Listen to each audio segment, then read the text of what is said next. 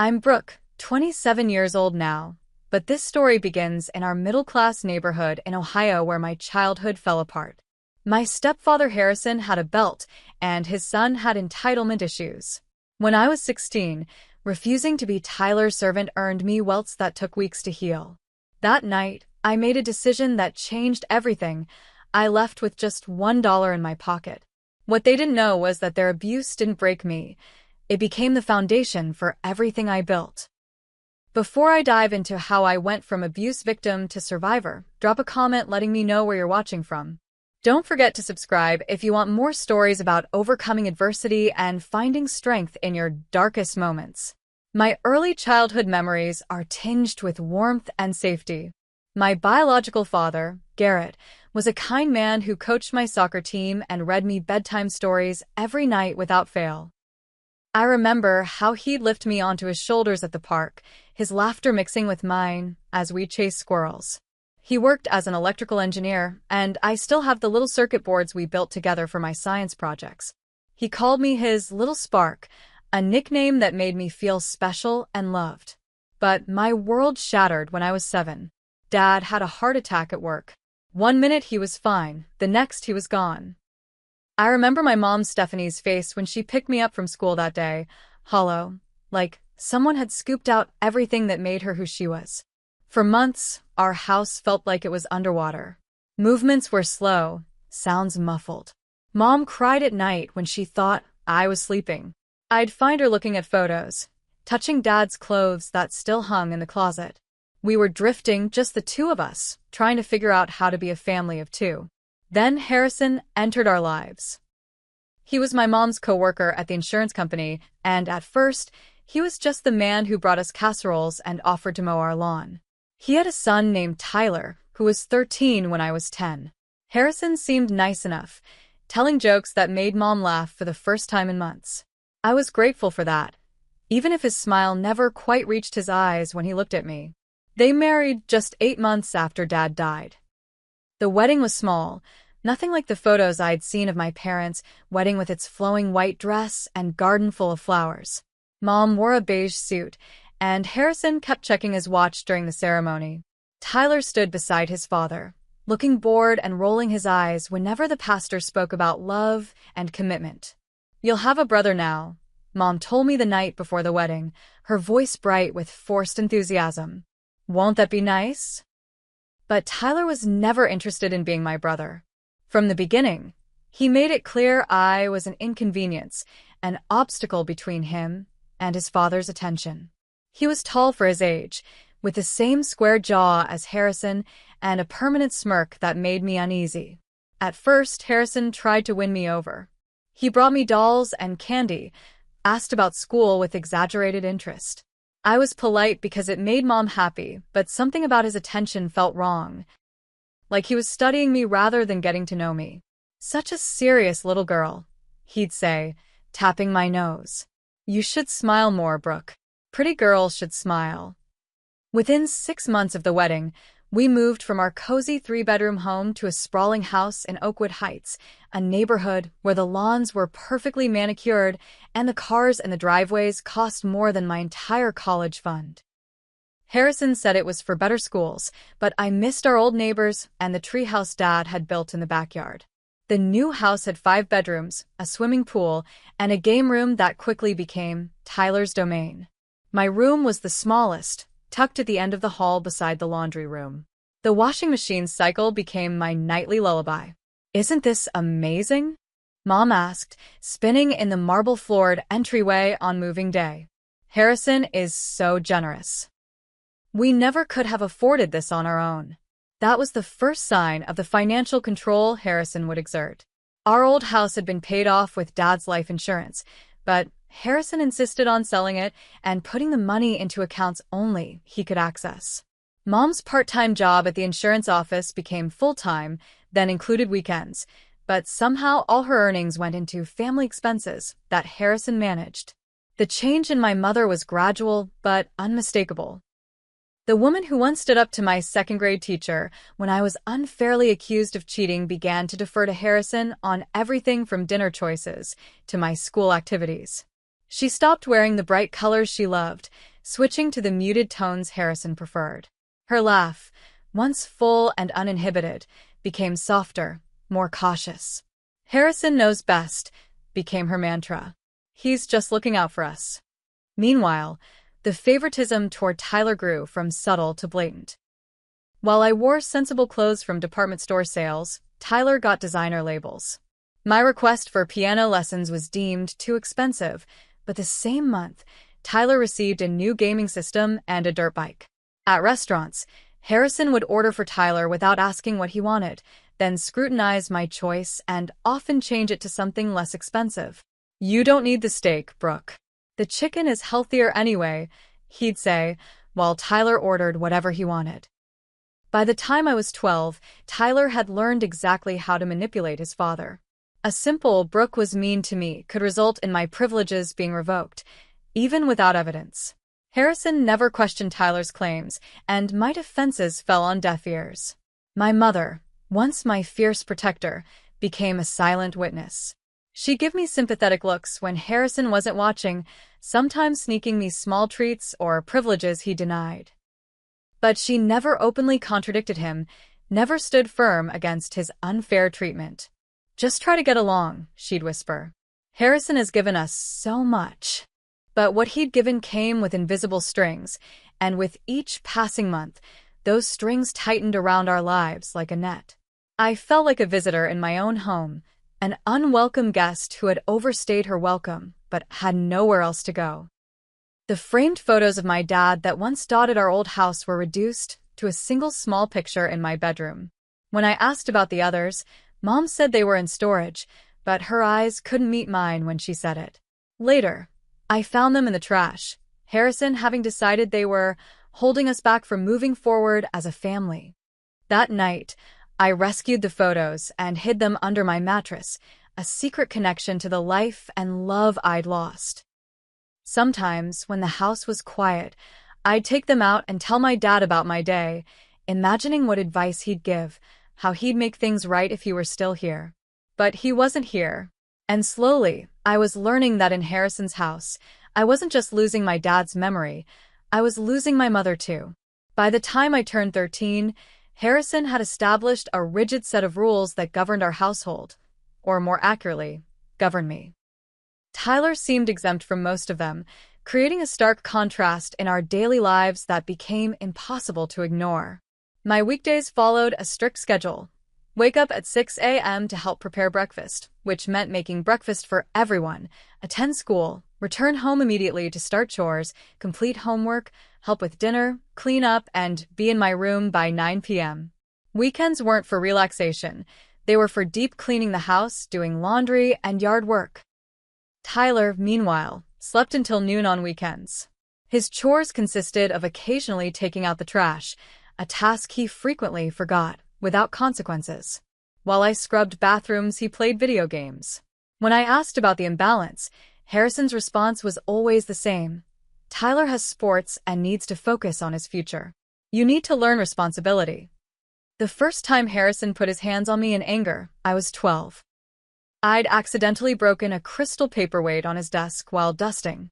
His fingers dug into my upper arm as he marched me to the corner of his office, leaving fingerprint bruises that lasted for days.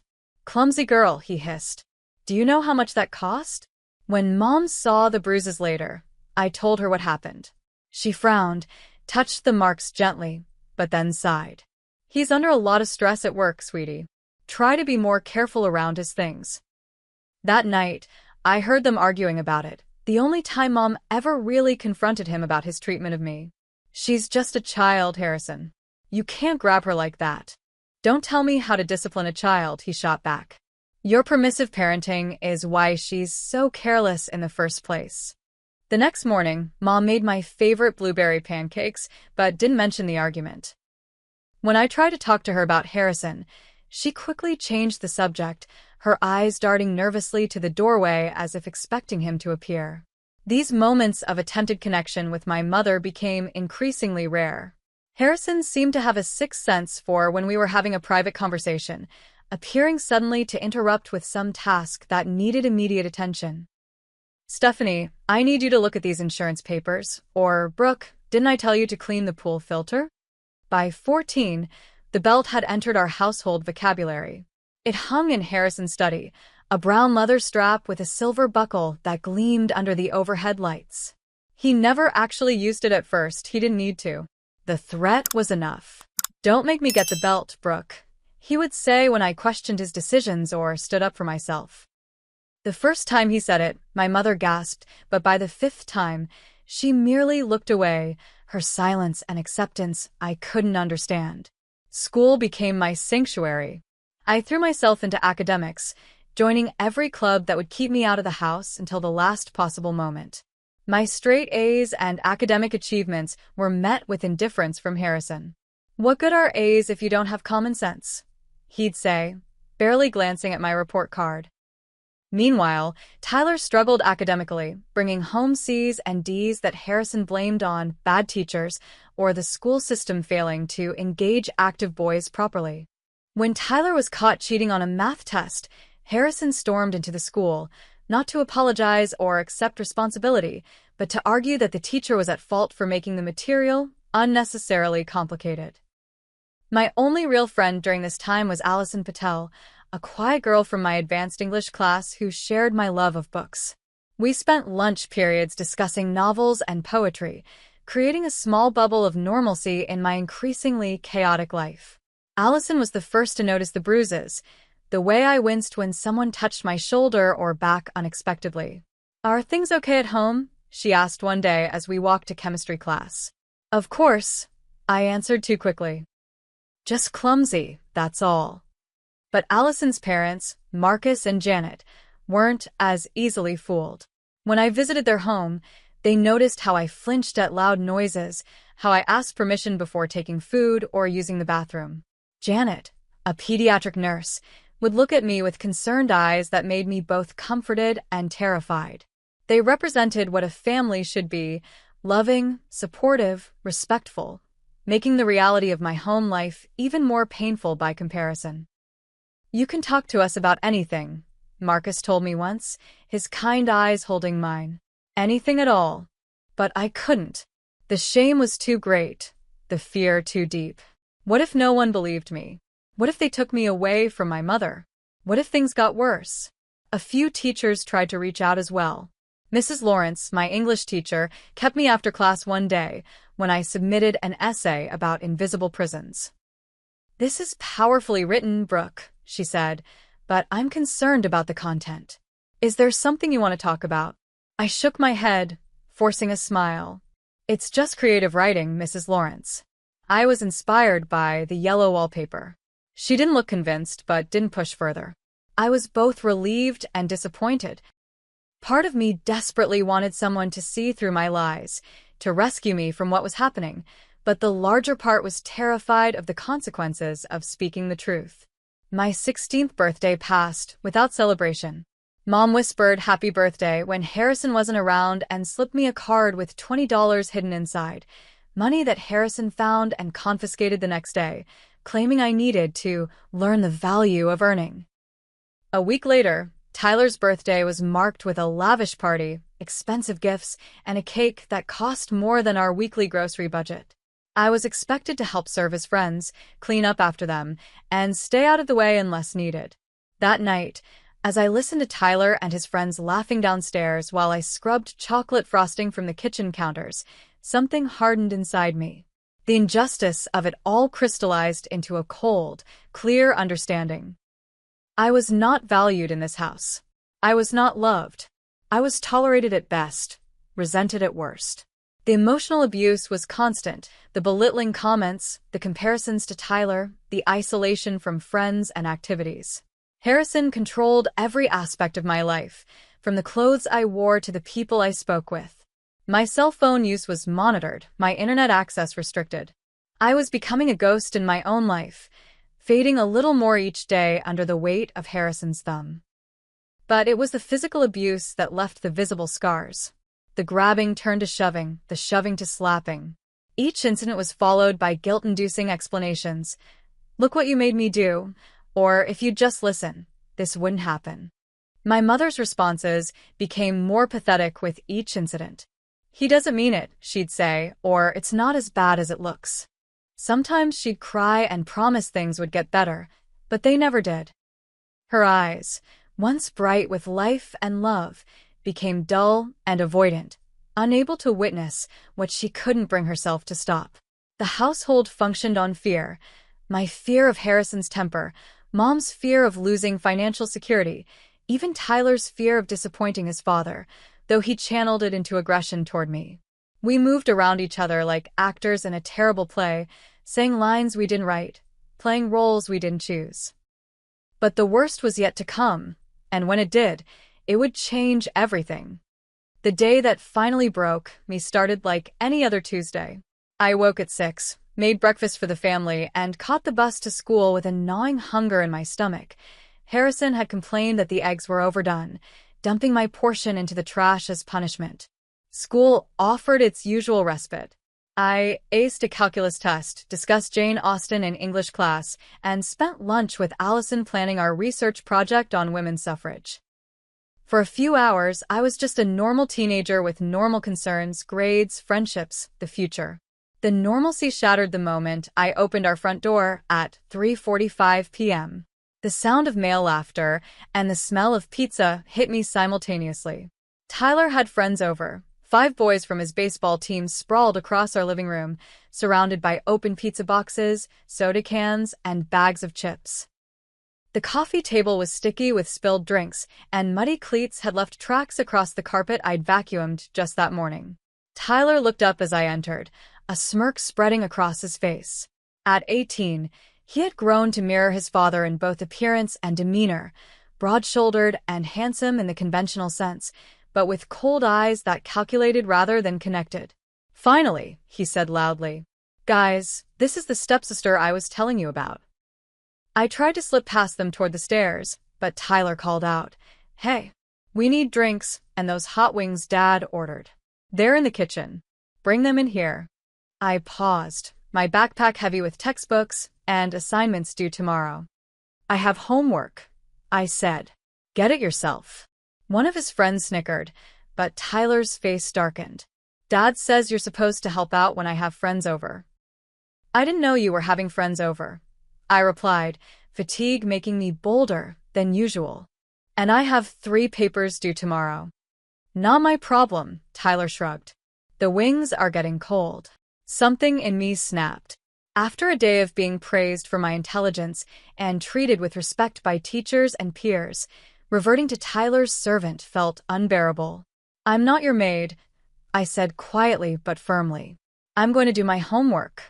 As I turned to leave, Tyler grabbed his phone. "Fine. "I'll tell Dad you're being a bitch again." I continued upstairs, trying to ignore the pit in my stomach. Tyler's complaints to Harrison always resulted in punishment, but I desperately needed to complete my assignments. Maybe Harrison would be home late. Maybe this once he'd listen to my side. 2 hours later, the front door slammed with enough force to rattle the pictures on my bedroom wall. Heavy footsteps pounded up the stairs, and I knew immediately that Tyler had indeed texted his father. I quickly saved my English essay and braced myself. Harrison didn't knock. The door flew open, hitting the wall with a crack that made me jump. His face was mottled red, his tie loosened but still hanging around his neck like a noose. "What's this I hear about you refusing to help your brother?" he demanded, his voice deceptively quiet.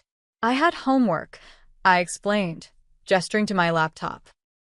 3 assignments due tomorrow. I just needed. "What you need," Harrison cut me off, "is to learn respect." Tyler had friends over. Important friends. The coach's son was there. "And you embarrassed him." "Embarrassed this family." "I didn't." "Don't interrupt me," he roared, making me shrink back against my desk. "You live in my house, eat my food, wear clothes I pay for, and you can't even do the simplest things asked of you." "I do everything around here," I said, my voice breaking. "I cook, I clean, I get straight A's. Tyler does nothing, and you." The comparison to his son was my mistake. Harrison's face contorted with rage as he unbuckled his belt, sliding it through the loops of his pants, with a hiss of leather that would haunt my nightmares for years to come. "Stand up," he ordered. Fear froze me to my chair. "Please," I whispered. "I'm sorry." "I'll go help now." "It's too late for that." Stand up. As I shakily rose, I saw my mother in the doorway behind him, her face pale, one hand covering her mouth. "Mom," I pleaded. "Please." Her eyes met mine, filled with tears and something worse, resignation. She made a small, helpless gesture with her hands before speaking. "Harrison, maybe we could just ground her this time?" "Stay out of this, Stephanie," Harrison snapped without turning. "She needs to learn." The first strike caught me across the back, the pain so sharp and sudden that I couldn't even scream. The second hit my shoulder, the third the back of my thighs. I counted 6 lashes in total, each one punctuated by Harrison's labored breathing and my stifled sobs. When it was over, he coiled the belt around his fist, breathing heavily as if he'd exerted himself. "No dinner tonight," he announced. "Maybe hunger will improve your attitude." As he turned to leave, he addressed my mother, who still stood frozen in the doorway. "Make sure she stays in here. I don't want to see her face again tonight." Mom nodded mutely, her eyes downcast. As Harrison brushed past her, she seemed to physically shrink, making herself smaller to avoid contact with him.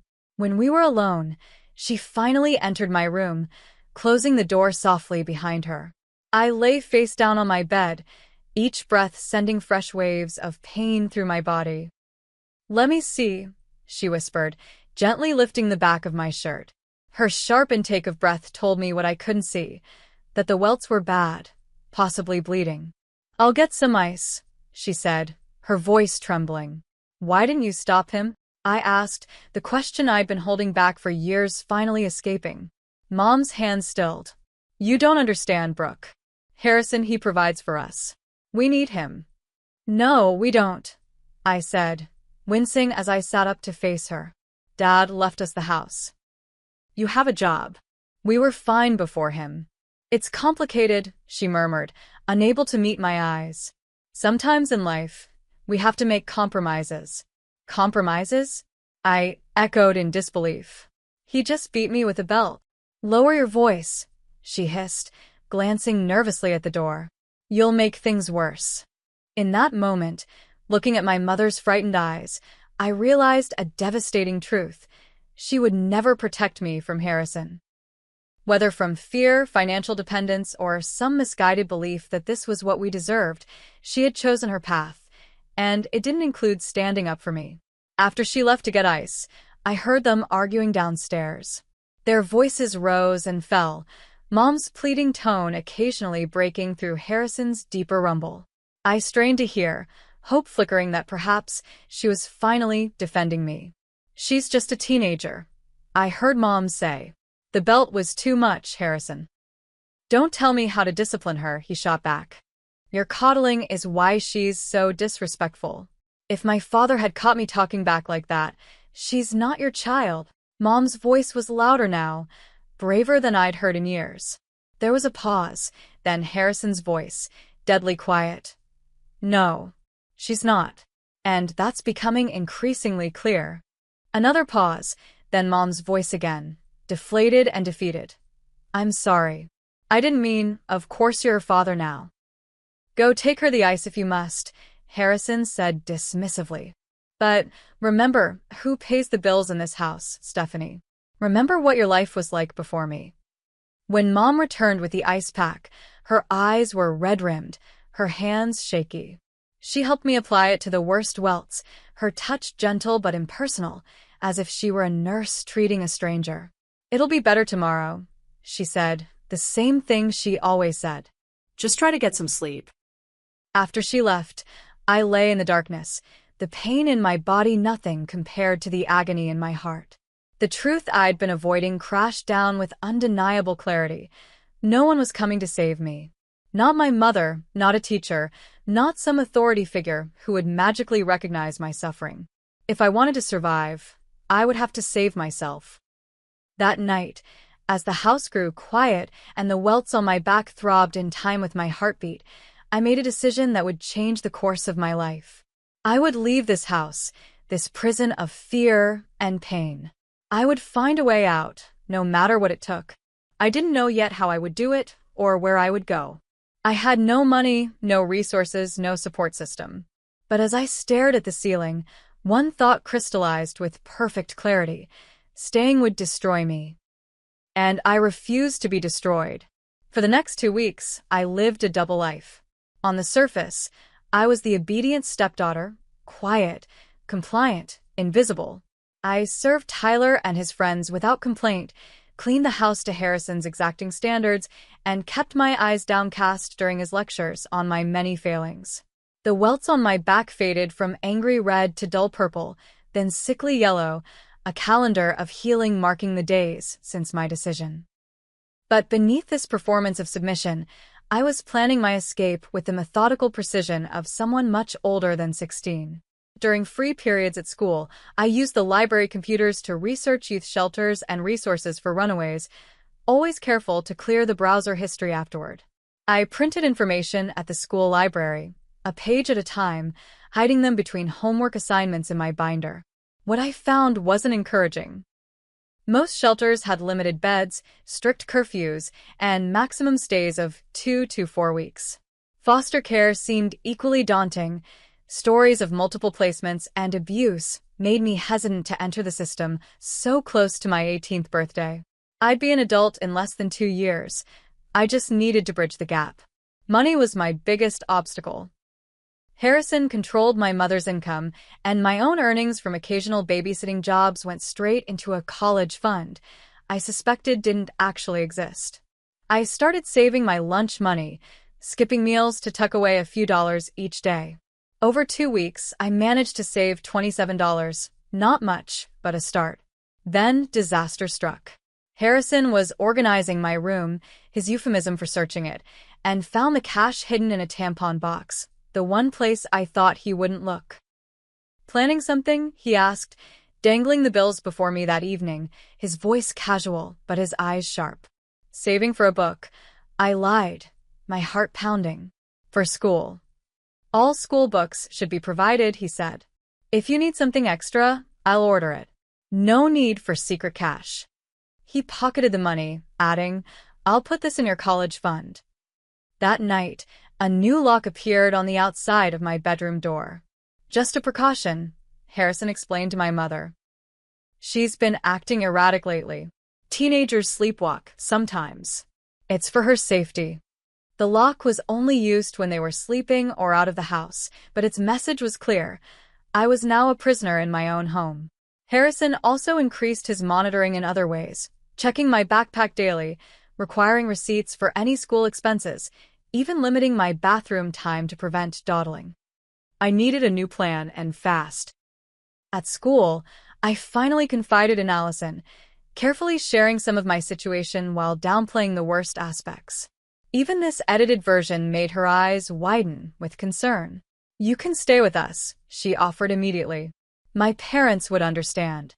I considered it briefly, but the Patels lived just 3 streets away from us. It would be the first place Harrison would look, and I couldn't risk bringing his wrath down on the only people who had shown me kindness. "Thanks, but I need to get farther away," I admitted. "Somewhere he can't find me easily." Allison bit her lip, then reached into her backpack and pressed $40 into my hand. "My birthday money," she explained. Take it. "Please." That money became my new secret, one I guarded more carefully, hiding it in the lining of my winter coat that hung forgotten in the back of my closet during the warm spring months. Through more research, I discovered a youth program in Cincinnati, about 2 hours away by bus, that offered transitional housing and education support for teens in crisis. They had a 6-month residential program that included counseling, high school completion assistance, and job placement. It seemed perfect, far enough away to be safe, structured enough to provide stability. I needed to gather essential documents: birth certificate, social security card, school records. These would likely be in Harrison's home office, a room I was forbidden to enter without supervision. I would have to time it perfectly, perhaps during one of his golf outings with clients. The opportunity came on a Saturday when Harrison took Tyler to a baseball tournament in Columbus. They would be gone overnight, leaving just Mom and me at home. Mom had plans to meet her sister for lunch, giving me a 2-hour window to search the office. I waited until her car disappeared down the street, then headed straight for Harrison's sanctuary. The heavy oak door opened silently. I had oiled the hinges the day before under the pretense of cleaning. Inside, the room smelled of leather and Harrison's cologne, the scents making my stomach clench with Pavlovian fear. The filing cabinet yielded nothing but financial records and insurance policies. His desk drawers contained office supplies, business cards, and a flask of whiskey. I was beginning to panic when I spotted a fireproof safe tucked under the credenza. It would certainly contain the documents I needed, and would certainly be locked. I tried obvious combinations: Harrison's birthday, Tyler's birthday, their old house number, with no success. As precious minutes ticked by, desperation set in.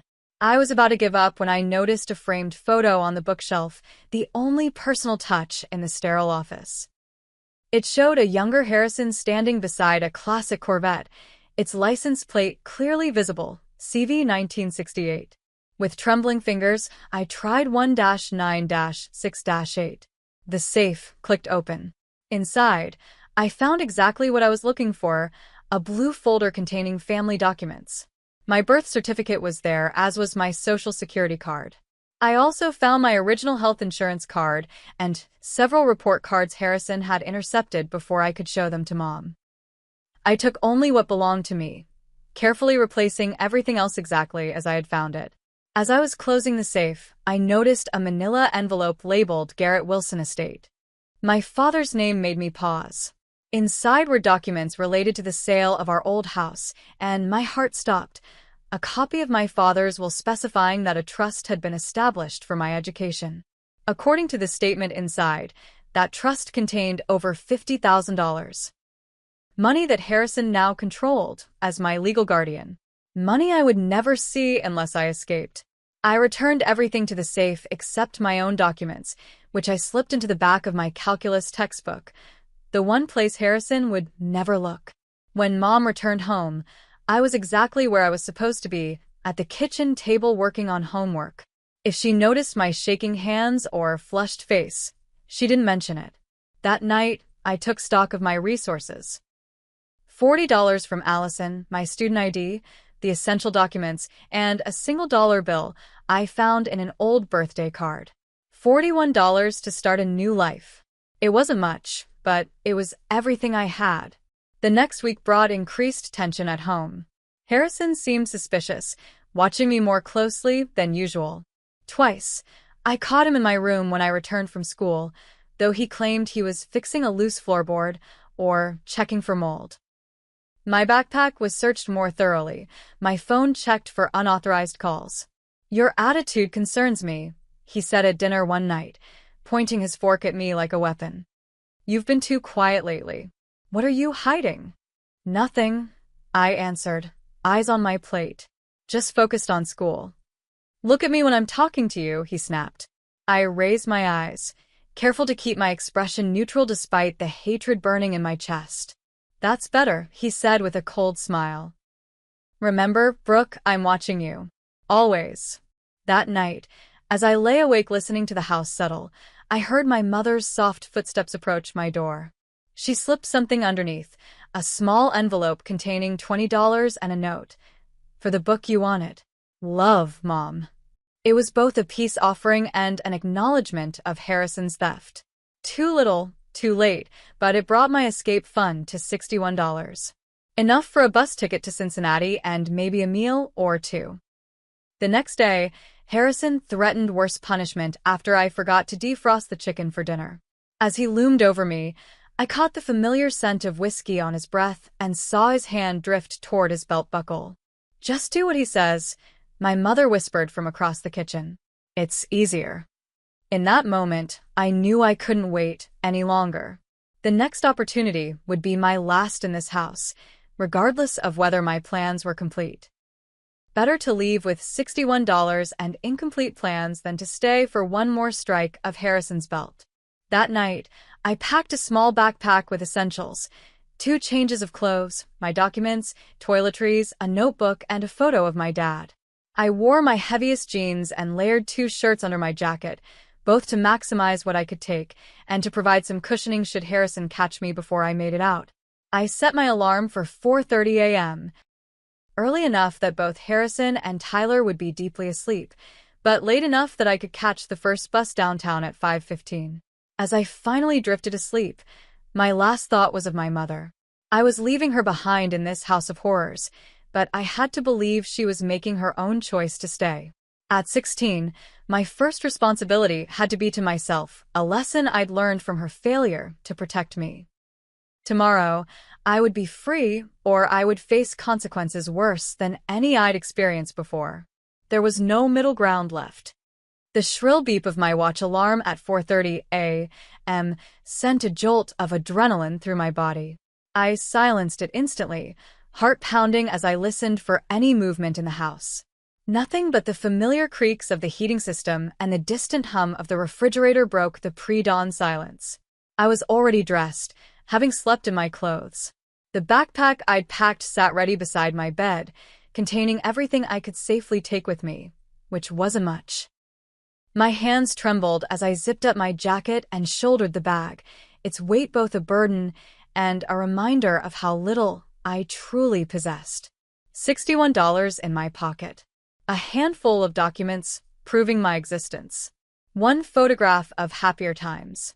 A single dollar bill that had somehow survived Harrison's scrutiny, the dollar that would become symbolic of my new beginning. The irony wasn't lost on me. After years of living in a mansion filled with expensive things, I was leaving with less than most homeless people carried. Yet I felt lighter than I had in years, the anticipation of freedom outweighing the fear of the unknown. The bedroom door opened with a soft click. Harrison hadn't bothered locking it last night, confident in his psychological control over me. I paused in the doorway, looking back at the room that had been my prison cell for years. The narrow bed with its faded blue comforter. The desk where I'd studied for countless tests while nursing bruises. The window through which I'd watched seasons change, dreaming of escape. I felt nothing saying goodbye to it. No nostalgia, no regret. Just a cold certainty that I was doing what I needed to survive. The hallway stretched before me like a minefield. I knew every creaky floorboard, every spot to avoid. With the precision of someone who has rehearsed an escape route hundreds of times in their mind, I navigated the corridor, past Tyler's room where his heavy snoring provided audio cover, past the master bedroom where Harrison and my mother slept. I paused at their door, a sudden impulse to see my mother one last time nearly overwhelming me. Would she understand when she found me gone? Would she worry? Would she finally stand up to Harrison, or would she accept whatever story he fabricated about my disappearance? In the end, I kept moving. There would be no tearful goodbyes, no promises to stay in touch. Clean breaks heal faster, and I needed to heal. The stairs were trickier, each step carefully taken on the outer edge where the wood was less likely to protest under my weight. At the bottom, I slipped my feet into the sneakers I'd positioned by the door the night before, ready for a quick exit. The deadbolt turned with a sound that seemed thunderous in the quiet house. I froze, waiting for shouts or footsteps, but none came.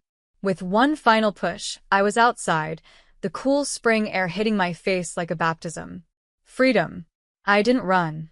Running would attract attention in the sleepy suburban neighborhood.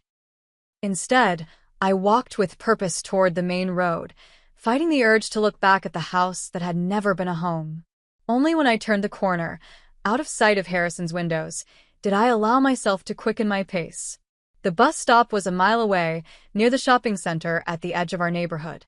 The streets were empty at this hour, the occasional car passing with drivers who barely glanced at the teenage girl walking alone.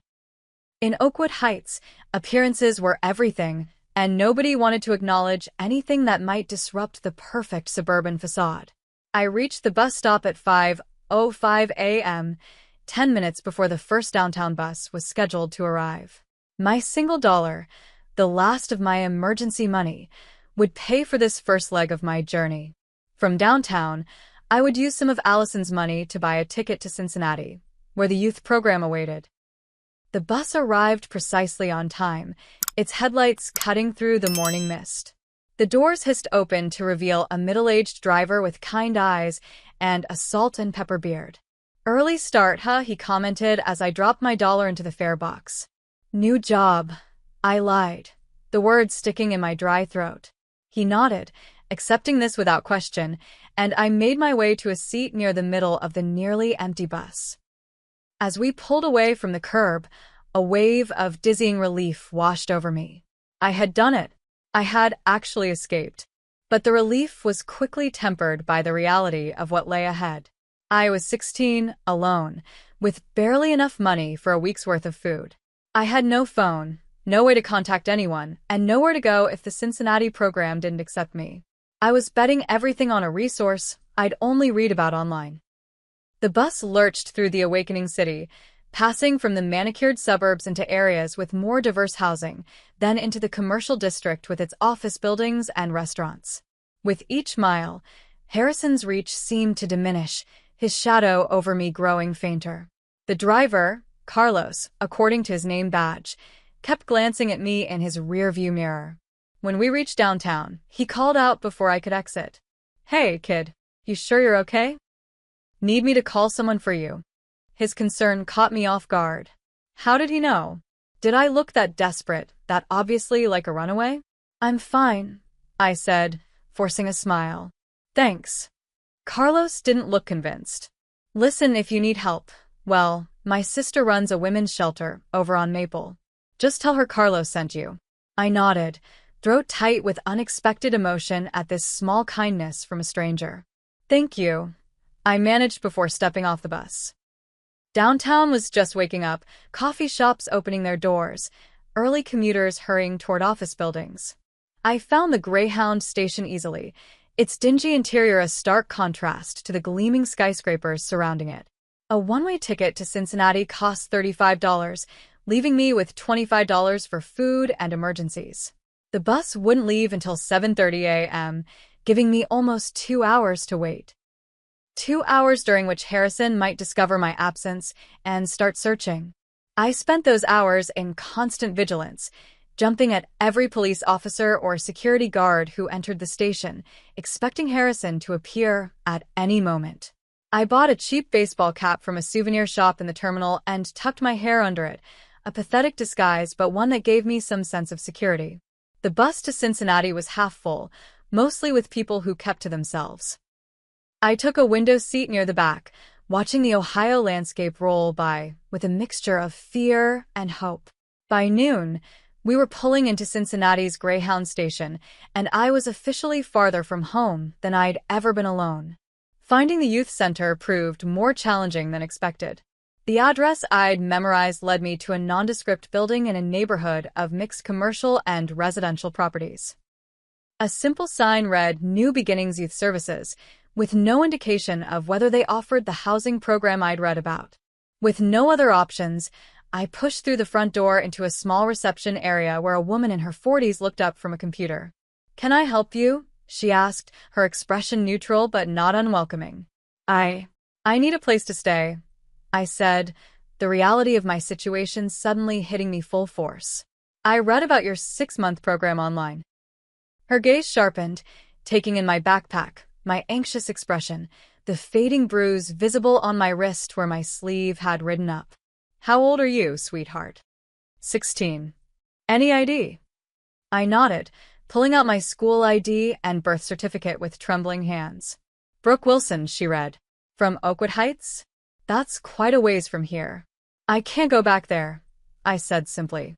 She nodded, not pressing for details yet. "I'm Melissa Taylor." "I'm a social worker here. Why don't you come to my office, and we can talk about your options?" Melissa's office was small but comfortable, with motivational posters on the walls and a desk cluttered with files and family photos.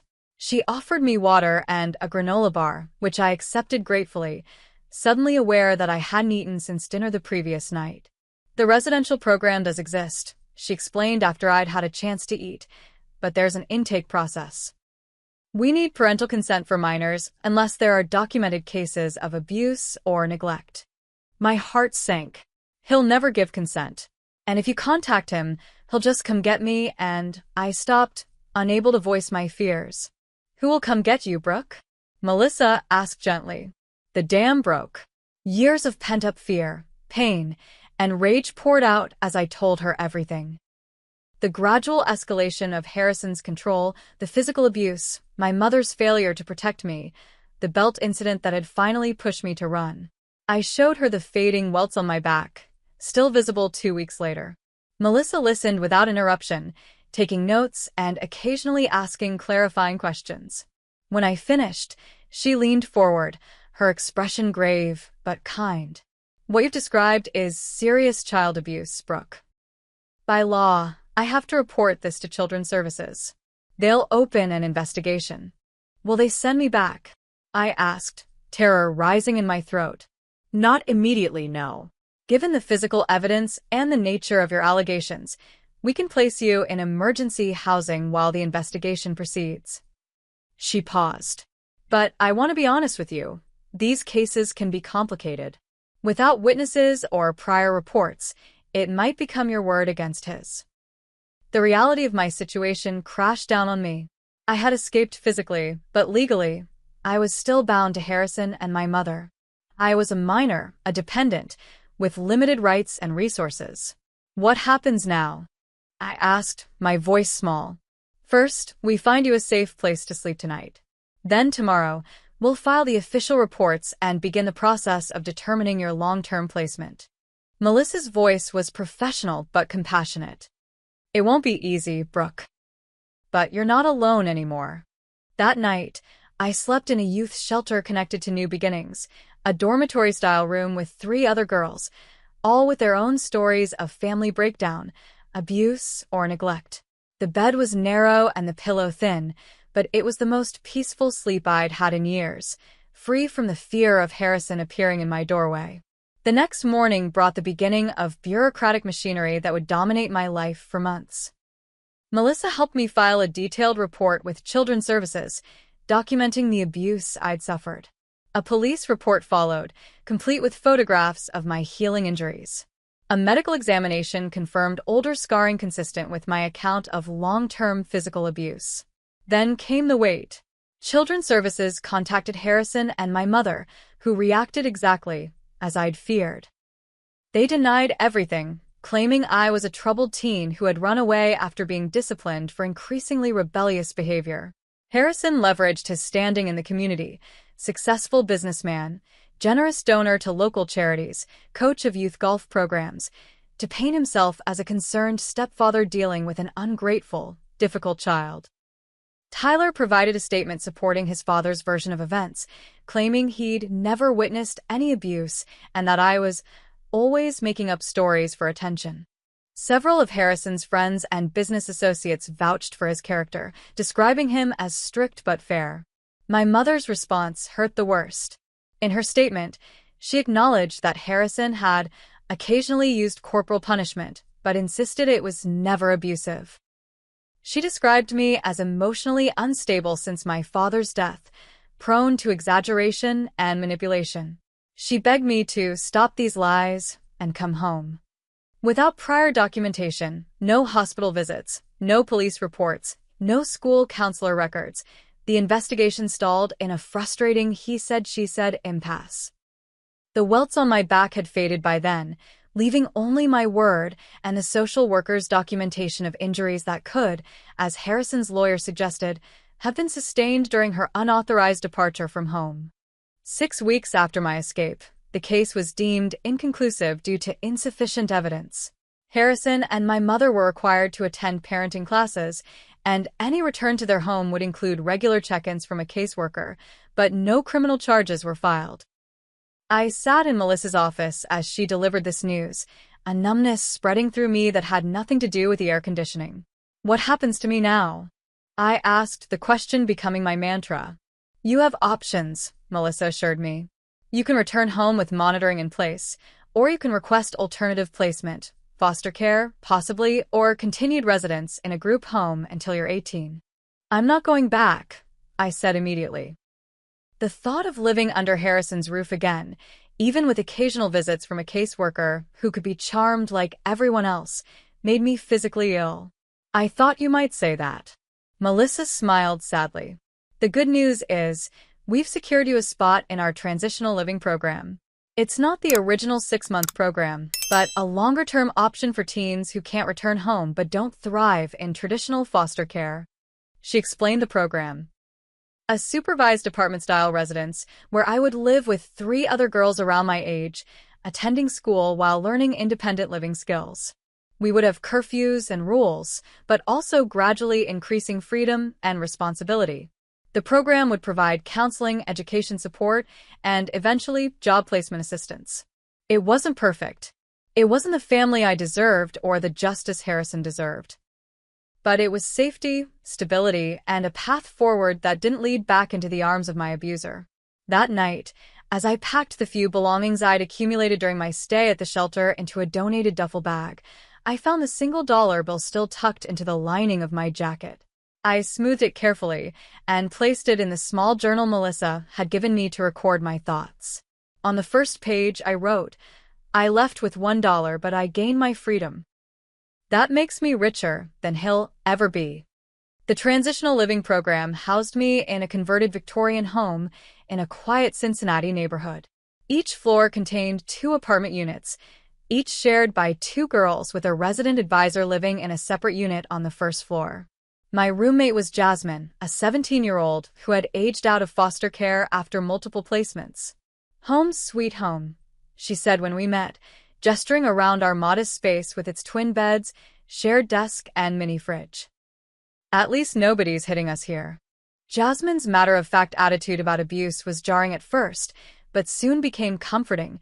Here was someone who understood without needing explanations, who didn't flinch at the truth or offer empty platitudes about forgiveness and healing. Our days followed a structured routine. Weekday mornings were for school.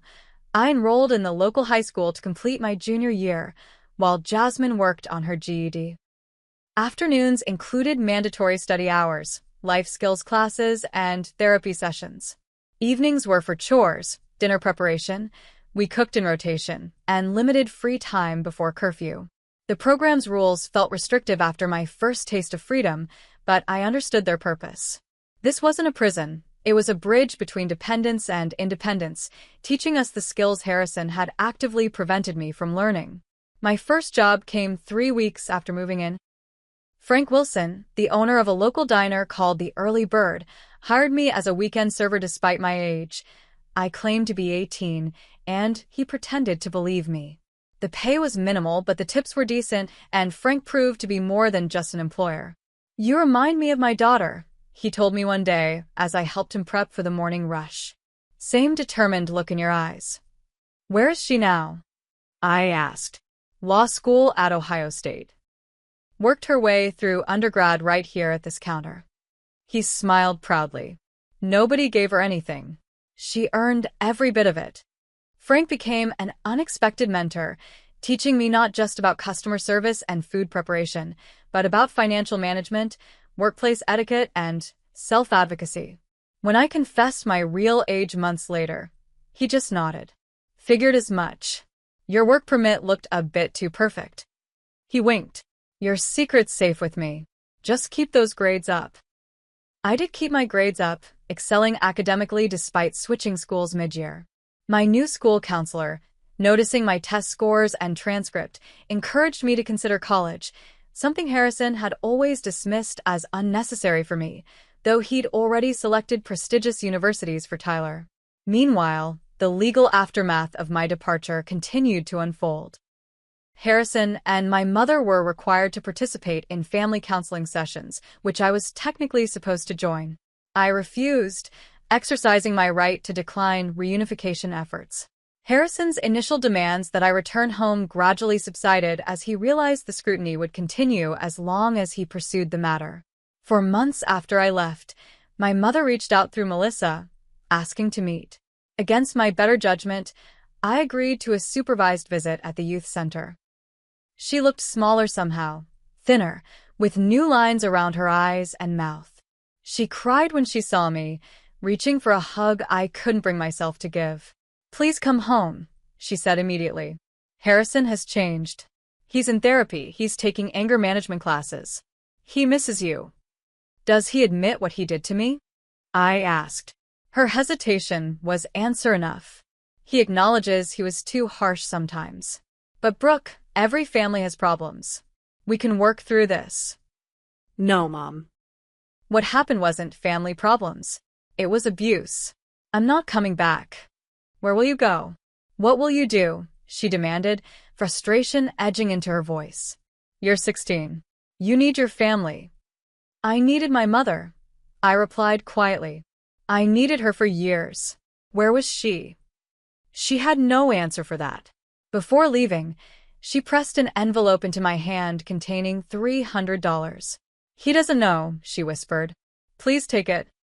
I donated the money to the youth center's emergency fund. I couldn't explain, even to myself, why I couldn't keep it, only that it felt tainted, too little too late, a price tag on years of suffering. After that meeting, I made the difficult decision to cease all contact with my mother. The therapist I saw weekly, Dr. Bennett, helped me work through the guilt and grief this decision caused. "Setting boundaries isn't punishment," she explained. "It's self-preservation. You can revisit this choice when you're stronger, when contact with your mother doesn't threaten your recovery." Recovery. Such a clinical word for the messy, non-linear process of rebuilding a self that had been systematically dismantled. Some days brought progress, a good grade, a customer compliment, a moment of genuine laughter with Jasmine. Other days brought flashbacks, panic attacks, nightmares that left me gasping and sweat-soaked. Through it all, I kept working, saving, and studying. Frank increased my hours during summer break, allowing me to build a modest savings account. I opened it without an adult cosigner thanks to a special program at a local credit union partnering with the youth center. My junior year of high school ended with straight A's and recognition from the principal for overcoming significant personal challenges. My senior year began with a new focus: college applications and scholarship essays. Every spare moment not spent working or studying was dedicated to researching financial aid options and writing personal statements that somehow had to translate my experiences into something admissions committees could evaluate. The local community college offered an information session at our school, and I found myself drawn to their practical approach and affordability. The admissions counselor, Dr. Rivera, took a special interest in my situation. "You're exactly the kind of student we're looking for," she told me after reviewing my transcripts. "Determined, resilient, academically strong. Let's talk about scholarships." With Dr. Rivera's guidance, I applied for every grant and scholarship available: state programs for independent students, private foundations supporting youth who had experienced trauma, academic merit awards. The process was exhausting, requiring documentation of my independence, letters from social workers and teachers, and endless essays about overcoming adversity. By spring, I had secured enough financial aid to cover tuition and books at Cincinnati Community College for an associate's degree in business administration. I would still need to work, but the path forward was clear and achievable. As my 18th birthday approached, bringing with it legal adulthood and the end of my eligibility for the transitional living program, I faced new challenges. Where would I live? How would I balance full-time work, full-time school, and basic survival? The youth center offered a stepping stone. Graduates of the transitional program could apply for subsidized apartments with gradually increasing rent over 2 years. I qualified based on my work history and educational plans, securing a tiny studio apartment that would be my first truly independent home. Moving day arrived exactly 1 year after my escape from Harrison's house. My possessions still fit in 2 duffel bags, but now included textbooks, work uniforms, and small comforts purchased with my own money: a soft blanket, a reading lamp, a set of dishes from the thrift store.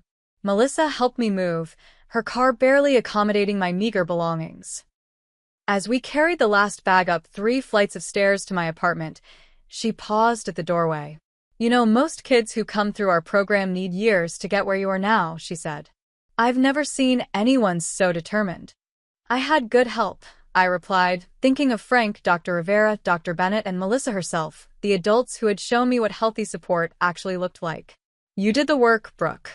Own that. College began, and with it, a new rhythm to my days. Morning classes, afternoon shifts at the Early Bird, evening study sessions at the library to save on electricity in my apartment. Weekends brought longer work shifts and laundry at the building's coin-operated machines. It was exhausting but purposeful. Each day moved me further from Harrison's control and closer to the future I was building for myself. During my second semester, I found a job posting on the college bulletin board for a marketing assistant at a local firm. The position offered better pay than the diner and potential relevance to my business studies.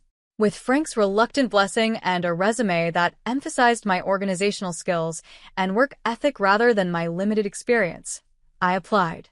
To my surprise, I was called for an interview. The marketing director, Diane Campbell, was a sharp-eyed woman in her 40s who asked challenging questions about my ability to handle the position while attending school. "Why should I hire you over the 30 other applicants, many with more experience?" she asked bluntly. "Because I understand the value of opportunity," I answered with equal directness. "I won't waste yours or mine." Something in my response resonated with her. I was hired on a 3-month probationary period, which turned into a part-time regular position when I consistently exceeded expectations. Diane became another unexpected mentor, taking time to explain marketing concepts, involving me in client meetings, and providing feedback that was direct but constructive, a refreshing change from Harrison's arbitrary criticism.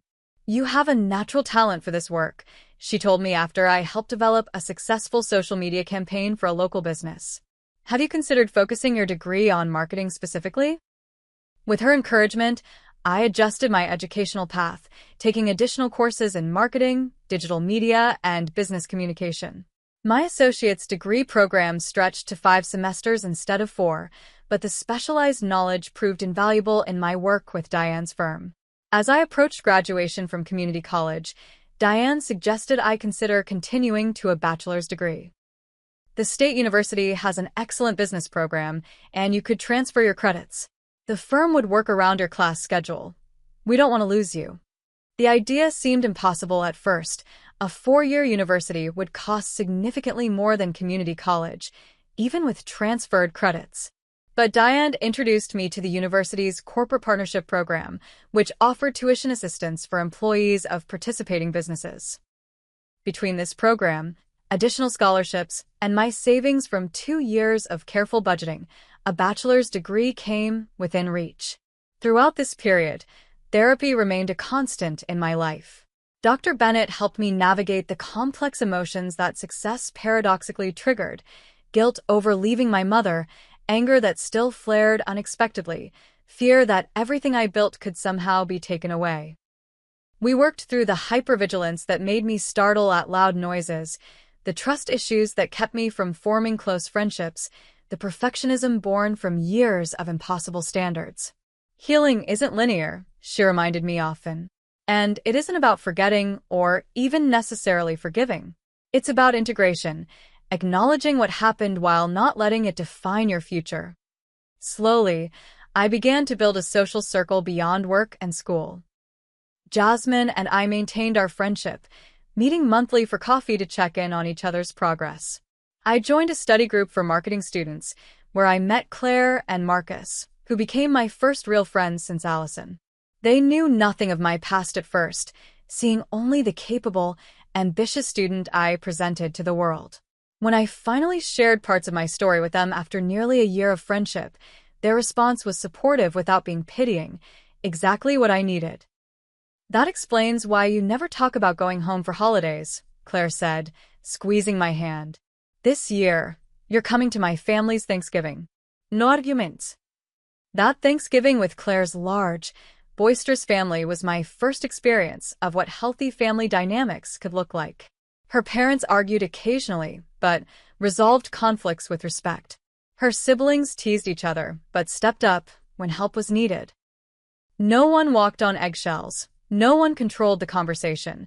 No one used love as a weapon.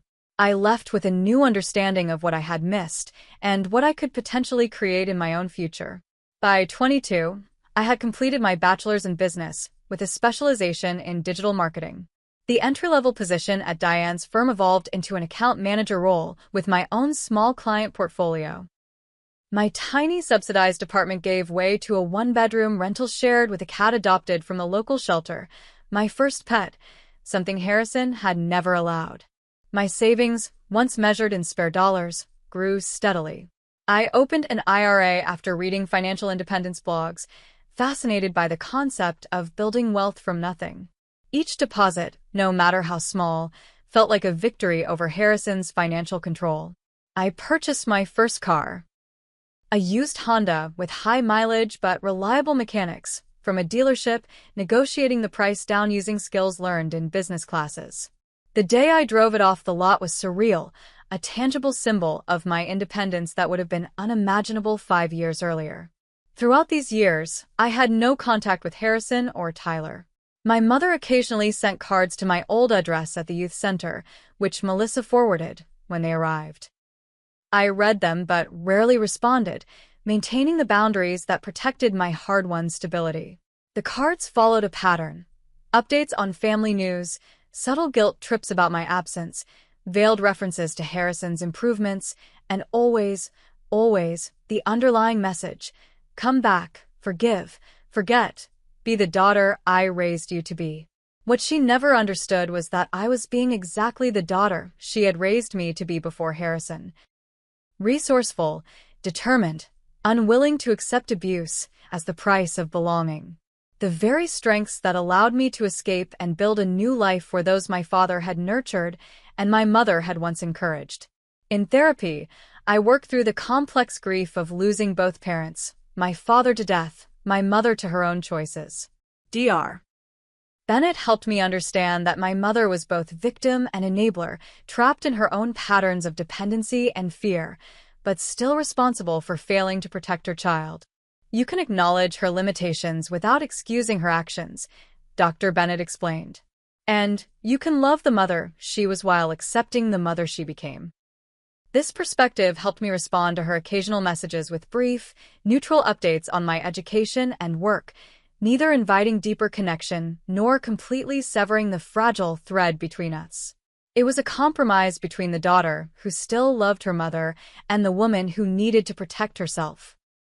As I approached my 23rd birthday, I looked around my small but comfortable apartment, at the degree hanging on the wall, the business cards with my name printed beneath the company logo, the savings account statement showing a balance that represented thousands of hours of work and sacrifice.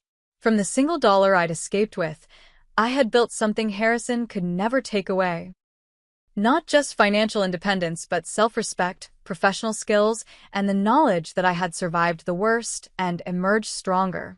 That night, I took out the journal Melissa had given me years ago, opening to the first page where that single dollar still rested between the pages, slightly faded but intact. Beneath my original entry, I wrote, 5 years later, I'm still richer than he'll ever be. At 27, my life bore no resemblance to the frightened 16-year-old who had fled with a single dollar. I had been promoted to senior marketing strategist at the firm, managing our largest client accounts and mentoring new hires. The side consulting business I'd started 3 years earlier, initially just website design for small local businesses, had grown into a boutique digital marketing agency with its own modest client list. My apartment, once sparse and functional, now reflected both my personal style and financial stability. Art on the walls, comfortable furniture, a dedicated home office for my consulting work. I had friends, colleagues, and a network of supportive relationships built on mutual respect rather than fear and obligation. The psychological scars remained, of course. Certain sounds, a belt being removed, a door slamming too loudly, could still trigger momentary panic. I maintained careful control over my living space, my schedule, my finances, control that sometimes veered into rigidity. Trust came slowly, earned through consistent actions rather than promised words. But therapy had given me tools to manage these responses, to recognize them as normal reactions to abnormal experiences rather than weaknesses or flaws. The flashbacks that once paralyzed me now passed more quickly, acknowledged but not empowered. I was presenting at a regional marketing conference in Columbus when the past collided with the present in an unexpected way. During the networking lunch following my presentation on digital strategy for small businesses, a man approached my table. "That was an impressive talk," he said, extending his hand. "Tyler Matthews, Midwest Sales Director at TechSphere." I froze, the bread roll in my hand suddenly leaden. His face had matured, losing the teenage softness I remembered, but the eyes were unmistakable. Harrison's eyes, calculating and slightly cold even when smiling. He didn't recognize me immediately. Why would he? The poised marketing executive in a tailored suit bore little resemblance to the teenager he had tormented. My hair was different, my posture confident rather than hunched, my voice steady rather than tentative. "Brooke Wilson," I replied, shaking his hand briefly. "Thank you for the compliment." I watched the moment recognition dawned, the slight widening of his eyes, the instinctive step backward, the flush creeping up his neck. "Brooke? My stepsister Brooke?" "Former stepsister," I corrected calmly, aware of colleagues within earshot. "It's been a long time." Tyler seemed genuinely flustered, an expression I had never seen on the boy who had wielded his father's favor like a weapon. You look different." "That tends to happen in 11 years. An awkward silence stretched between us, filled with unspoken history. Finally, Tyler cleared his throat. "Would you have time for a coffee? To catch up?" Every instinct screamed to refuse, to walk away, to preserve the life I'd built without any connection to the past. But curiosity, and perhaps a desire to measure exactly how far I'd come, led me to agree to a brief meeting after the conference sessions ended. We met in the hotel lobby cafe, neutral territory, with plenty of witnesses. Tyler appeared without the conference bravado, almost nervous as he stirred sweetener into his coffee. "So," he began awkwardly, "you're doing well." "I am," I confirmed, offering nothing more. "That's good." I'm glad. He paused. "I didn't know what happened to you after you left. Dad, Harrison, told everyone you'd gone to live with relatives." "There were no relatives," I said. "Just a youth shelter, then transitional housing." Tyler winced. "I didn't know." "You never ask." The words weren't accusatory, simply factual.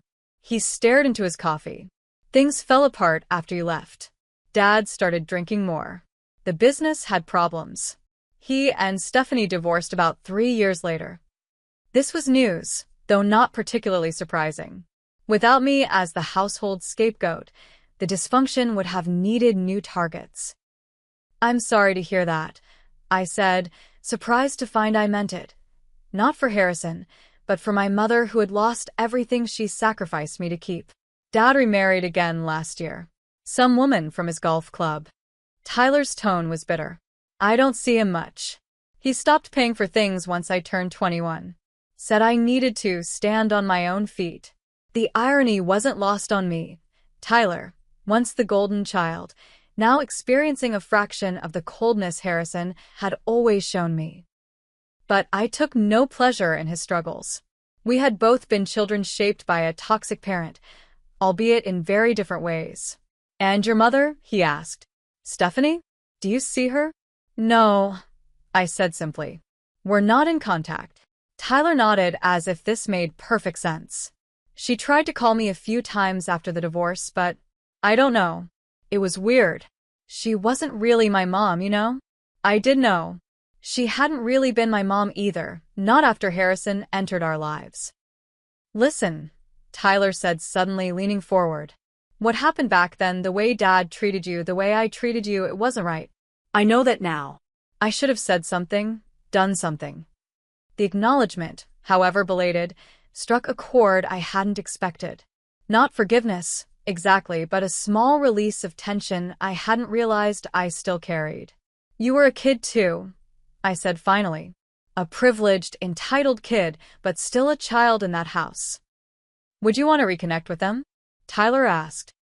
I could give you their contact info. Dad's calmed down a lot since the heart attack last year. No, I said without hesitation. I've built my life without them. I intend to keep it that way. Tyler nodded, accepting this boundary without argument, perhaps the first time he'd ever respected my wishes. As we prepared to leave, he handed me his business card. If you ever change your mind or just want to talk, well, here's my info. I took the card to be polite, knowing I would never use it. This brief intersection of past and present was closure enough, seeing Tyler struggling in the real world without Harrison's constant protection, while I had flourished despite Harrison's constant opposition. But the encounter prompted me to reconsider one closed door. A week after returning from the conference, I contacted Melissa, who still worked at the youth center, asking if she had my mother's current information. 3 days later, I sat in a quiet coffee shop 30 miles from my apartment, waiting for the woman I hadn't seen in nearly 8 years. She arrived precisely on time, her hair now gray at the temples, her face lined but still recognizable. She wore a simple dress and minimal jewelry, no sign of the designer clothes Harrison had insisted upon during their marriage. Brooke, she breathed, stopping a few feet from the table. You look beautiful. So grown up. Hello, Mom, I said, rising to accept the brief, awkward hug she offered. Thank you for coming.